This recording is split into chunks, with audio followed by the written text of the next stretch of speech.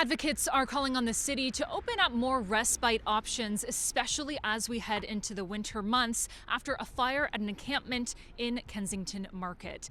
Now, this comes just hours after another site was cleared by the city less than a kilometer away. Here's what the scene looked like near Dundas and Augusta Avenue around 8:30 this morning. As emergency crews arrived, they found a number of tents on fire. Luckily, no injuries were reported. This comes after another encampment was cleared on Friday over what the city says were safety concerns, including the risk of fires. Well, why haven't they implemented any of the recommendations from the Grant Faulkner inquest? The Grant Faulkner inquest had one specific recommendation around fire safety, which was, give people survival equipment and supplies to navigate fire safety. Has the city actually done that? Have they provided fire extinguishers, fire blankets, any of that stuff? I would argue no. In a statement, the city says when fire crews responded to Bellevue Square Park, they discovered 3 tents with significant amount of combustible material on fire. Adding, the Shelter Support and Housing Administration dispatched its outreach teams to engage occupants of the affected encampment.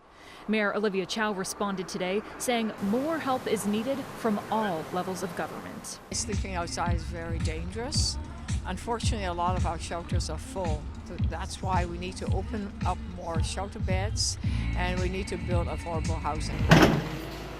On Friday, heavy machinery was brought in to clear an encampment outside a church on Bellevue near College.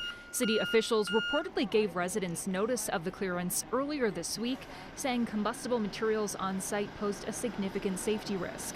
The city says shelter spaces were offered to everyone at the encampment. 9 of the 10 people living there accepted.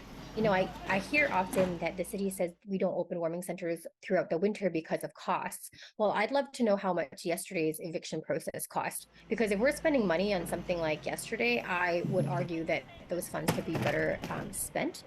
Advocates say they want the city to open 24-hour respite sites year-round for unhoused people, saying these encampment evictions don't actually work. They just force people to find another park. For City News, I'm Leah Johansen.